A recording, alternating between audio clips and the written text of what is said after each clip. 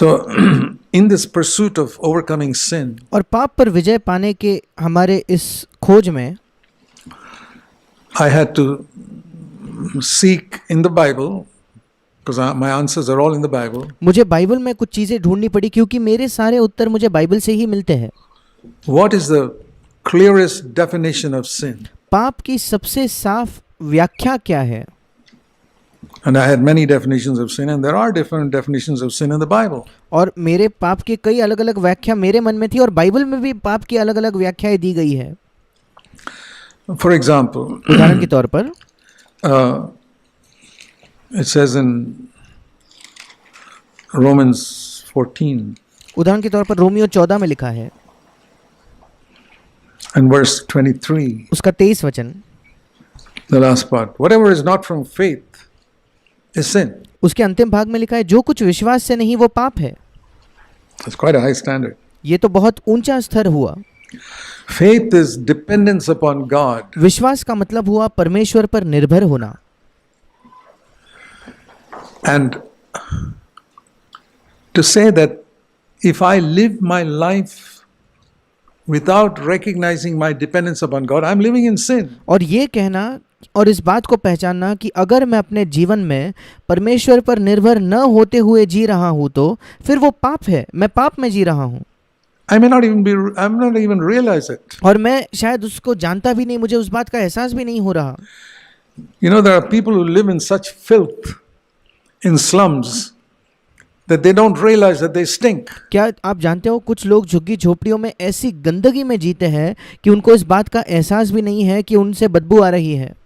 Someone who is living in a much healthier surrounding comes there and immediately stinks. और कोई व्यक्ति जो ज़्यादा स्वस्थ परिसर में रहता है, जब वो एक ऐसी जगह आता है तो तुरंत उसको समझ में आता है कि यहाँ कोई बदबू है। But the guy living there, he doesn't even feel he's stinking. पर जो व्यक्ति खुद वहाँ रहता है उसे तो ये एहसास भी नहीं है कि वो उससे बदबू आ रही है, Because everybody's stinking around him. क्योंकि उसके आसपास हर एक व्यक्ति से वही बदबू आती है। And I believe that's how it is. और मेरा विश्वास है कि हमारे साथ ऐसा ही है। We have no faith, but we don't even realize we're sinning. जब हमारे अंदर कोई विश्वास नहीं होता, हमें ये बिल्कुल भी एहसास नहीं है कि हम पाप कर रहे हैं। We don't realize we're stinking. हमें ये एहसास ही नहीं कि हमसे गंदी बदबू आ रही है। Because we are surrounded by people who are not living in this constant dependence upon God. क्योंकि हमारे आसपास हम ऐसे लोगों से घिरे हुए हैं जो निरंतर परमेश्वर पर निर्भर होकर जीवन को नहीं जी रहे। Sin is for them is murder, adultery, telling lies. That's Old Testament. उनके लिए पाप मतलब व्यभिचार, झूठ बोलना या खून करना, ये सब तो पुराना नियम हो गया। Most Christians live by the 10 commandments. अधिकतर मसीही या 10 आज्ञाओं के अनुसार जीते हैं। They are living by the 10 commandments. वे 10 आज्ञाओं के अनुसार जी रहे हैं।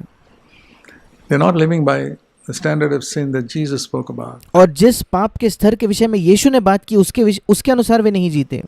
So I wanted to find out what is sin in the New Testament. Whatever is not a faith is sin. और मैं ये ढूंढने की कोशिश कर रहा था कि नए नियम में पाप क्या है, क्योंकि जो भी विश्वास से नहीं वो पाप है।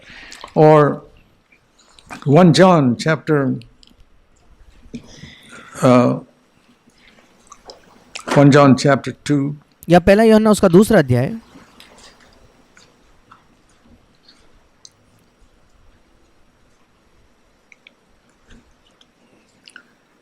and verse 4, 1 John 3 verse 4. और पहला यूहन्ना तीसरा अध्याय उसका चौथा वचन, Sin is going against the law, the last part of verse 4. उस चौथे वचन का अंतिम भाग कहता है पाप तो व्यवस्था का विरोध है। Here's a standard that the law is given. I disobey it. अगर व्यवस्था ने कोई आदर्श या कोई मापदंड प्रस्तुत किया है, मैं उसके प्रति अनाज्ञाकारी रहता हूँ तो मैंने पाप किया है, मैंने पाप किया है। It's consciously going against something I know to be wrong. जानबूझकर कोई ऐसे चीज के विरुद्ध जाना जो मैं जानता हूँ गलत है, जो मैं जानता हूँ पाप है। Or I'm trying to get a definition of sin. मैं पाप की परिभाषा या उसकी व्याख्या पाने की कोशिश कर रहा हूँ। James chapter 4, that is speaking about sins which are conscious sin. ये उन पापों के विषय में है जो हम जानबूझकर या सचेत तौर पर जिसके बारे में हमें एहसास है, ऐसे पापों के विषय में ये बात है। I know this is wrong. The law has told me The law in my heart has told me that's wrong. मैं जानता हूँ ये गलत है, व्यवस्था ने मुझे बताया है, मेरे हृदय के अंदर जो व्यवस्था है उसने मुझे बताया कि ये गलत है, And I do it. पर फिर भी मैं वो करता That's हूँ, it. वो पाप है। But then there's another type of sin mentioned in James 4, पर फिर एक और प्रकार का पाप है जिसके बारे में याकूब 4 अध्याय में लिखा गया है, verse 17. याकूब 4 और उसका 17 वचन। This is similar. ये उसी के उससे मेल खाने वाला One है। who knows the right thing to do, this is the same thing, sorry, but does not do it, that is sin. ये वही बात यहाँ लिखी है, जो कोई भलाई करना जानता है और नहीं करता उसके लिए वो पाप है। I know this is the right thing to do, मैं जानता हूँ ये करना, यहाँ ये चीज़ करना सही है, and I don't do it, पर मैं वो नहीं करता, it's sin. वो पाप है। I know this is the wrong way to speak to somebody, मैं जानता हूँ कि किसी से बात करने का ये गलत तरीका but है, I still speak that wrong way पर उसके बावजूद मैं उस गलत तरीके से ही बात करता to your हूँ। wife or husband or anybody. आपकी पत्नी से, पति से या कोई भी व्यक्ति हो, I still speak it. It is sin. मैं फिर भी वैसे ही बात करता हूँ तो ये पाप है। He knows the right thing to do. It's not that you don't know it. वो जानता है कि सही चीज़ क्या है, ये नहीं कि वो नहीं जानता, वो जानता है। I know that's the right thing to do, मैं जानता हूँ कि ये बिल्कुल सही चीज़ है जो मुझे करनी चाहिए, and I still do it. That's sin. पर उसके बावजूद मैं वो करता हूँ तो वो पाप है। But there's another definition of sin which is higher than all this. पर पाप की एक और परिभाषा या एक और व्याख्या है जो इन सारे चीज़ों से बढ़कर या उनसे भी ऊंची है। There's sin which is conscious, एक प्रकार का पाप है जो बिल्कुल सचेत अवस्था में हम करते हैं, जिसके बारे में हमें जानकारी है। and there is sin which is unconscious. दूसरा एक पाप है जिसके बारे में हम जानते भी नहीं, हमसे अनजान है या हमारे अचेत अवस्था का वो पाप है। But the highest definition of sin that I found is Romans chapter 3 and verse 23. पर पाप की सबसे ऊंचे स्तर की जो परिभाषा मैंने पाई है वो है रोमियो की पत्री 3 अध्याय उसका 23 वचन। Now the reason why I went in this pursuit is I must know what to avoid if I am to stop sinning. क्यों मैं इन चीज़ों की खोज में लग गया, उसका कारण ये है, अगर मुझे पाप से बचना है तो मुझे जानना तो चाहिए कि पाप क्या है। If I'm serious about stopping to sin, I mean, for example, you go into a country and you don't want to ever violate a law. अगर गंभीरता से मैं पाप से बचना चाहता हूँ तो मुझे मालूम होना चाहिए पाप क्या है। उदाहरण के तौर पर अगर आप किसी देश में जाते हो, दूसरे देश में जाते हो और आप आप पूरे दिल से चाहते हो कि मैं किसी भी नियम को तोड़ूं ना, किसी भी नियम का उल्लंघन ना करूं इस देश के। You're driving, for example, in India we drive on the left side of the road. Here you come on the right side, drive on the right side of the road. उदाहरण के तौर पर भारत देश में हम गाड़ियों को बाई ओर से चलाते हैं और अगर आप यहाँ आते हो तो इन देशों में गाड़ी को दाई ओर चलाया You जाता must है। know the laws, otherwise you'll be violating it without even knowing it. तब आपको मालूम तो होना चाहिए नियम क्या है, नहीं तो अनजान तौर पर आप उन नियमों का उल्लंघन कर बैठोगे। So you must know what is the law here, what is sin. तो इसलिए आपको ये जानने की आवश्यकता है कि नियम क्या है, इसलिए आपको जानना जरूरी है कि पाप क्या है। So here is Romans 3 and verse 23, which says, इसलिए यहाँ रोमियो 3:23 में लिखा है, all have sinned and fall short of the glory of God. इसलिए कि सब ने पाप किया है और परमेश्वर की महिमा से रहित या उससे कम वे गिरे हैं। That I have found is the finest definition of sin मैंने पाया है कि ये सबसे सर्वश्रेष्ठ परिभाषा है पाप in the की New Testament नए नियम में or in the whole Bible. या पूरे बाइबल में। It is coming short of the glory of God. परमेश्वर के महिमा से कम रहना, उससे रहित होना, That is sin. वो है पाप।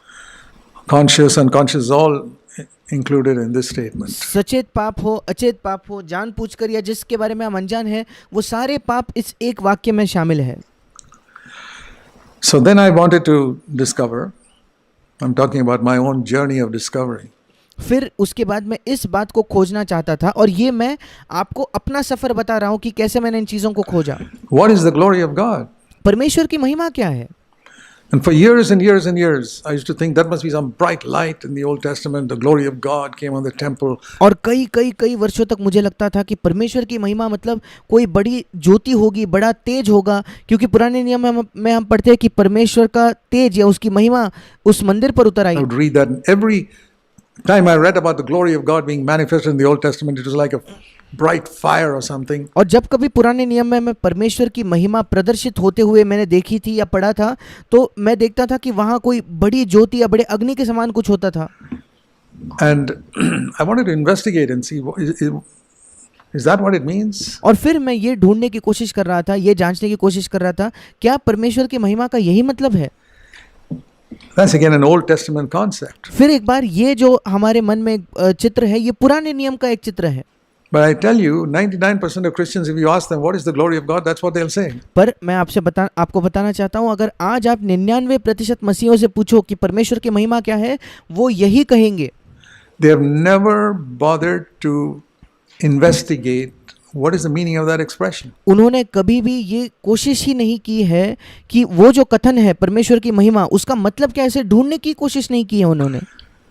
I used to tell my children when they're in school, if you come across a word in your English language book you don't understand, please put the book down, take a dictionary immediately and try to learn the meaning of that word. जब मेरे बच्चे school में पढ़ते थे तो मैं हमेशा उनसे बताता था, उन्हें कहता था कि जब आप अंग्रेजी की किताब पढ़ो और आपको कोई शब्द नहीं समझ में आता तो उस किताब को थोड़ी देर के लिए नीचे रख दो, जाकर एक डिक्शनरी या शब्दकोश उठाओ, उस शब्द का मतलब ढूंढो और फिर आगे पढ़ना जारी रखो। That's what I always did. और मैं खुद हमेशा वही करता था। And that's how I improved my English. और मेरी इंग्लिश वैसे ही सुधर गई। And that's how whenever I do the same thing with the Bible. और बिल्कुल वैसे ही बाइबल के साथ भी मैं वही करता हूँ। I read somewhere a reference being quoted in an article. मैं कहीं अगर कोई मसीही लेख पढ़ रहा हूँ और वहाँ मैं पढ़ता हूँ कि किसी ने बाइबल के कोई वचन के बारे में लिखा है या जिक्र किया है। I don't know that reference. I'll put the article down and turn to the Bible and look up the reference. और मैं खुद अगर उस वचन को नहीं जानता तो मैं उस लेख को छोड़ना वहीं रोक देता हूँ, पहले मैं जाकर बाइबल में देखना चाहता हूँ कि वो वचन क्या कहता है। That's how I got to know the Bible. इसी तरीके से मैंने बाइबल को जाना। That's if you want to know the Bible, that's the way you do it. If you want to know English, अगर आप बाइबल जानना चाहते हो तो आपको यही करना that's the होगा। way to do it. When you अगर आप इंग्लिश जानना चाहते हो तो आपको यही करना come होगा। across a word you never heard, take a dictionary. अगर आप कोई ऐसा शब्द सुनते हो जो आपने कभी नहीं सुना हो तो एक शब्दकोश उठा लीजिए। So much easier today. Go to Google, you'll understand immediately what's आज तो बहुत ज़्यादा आसान है, आप गूगल पर जाकर उस शब्द का अर्थ ढूंढ the सकते हो। meaning.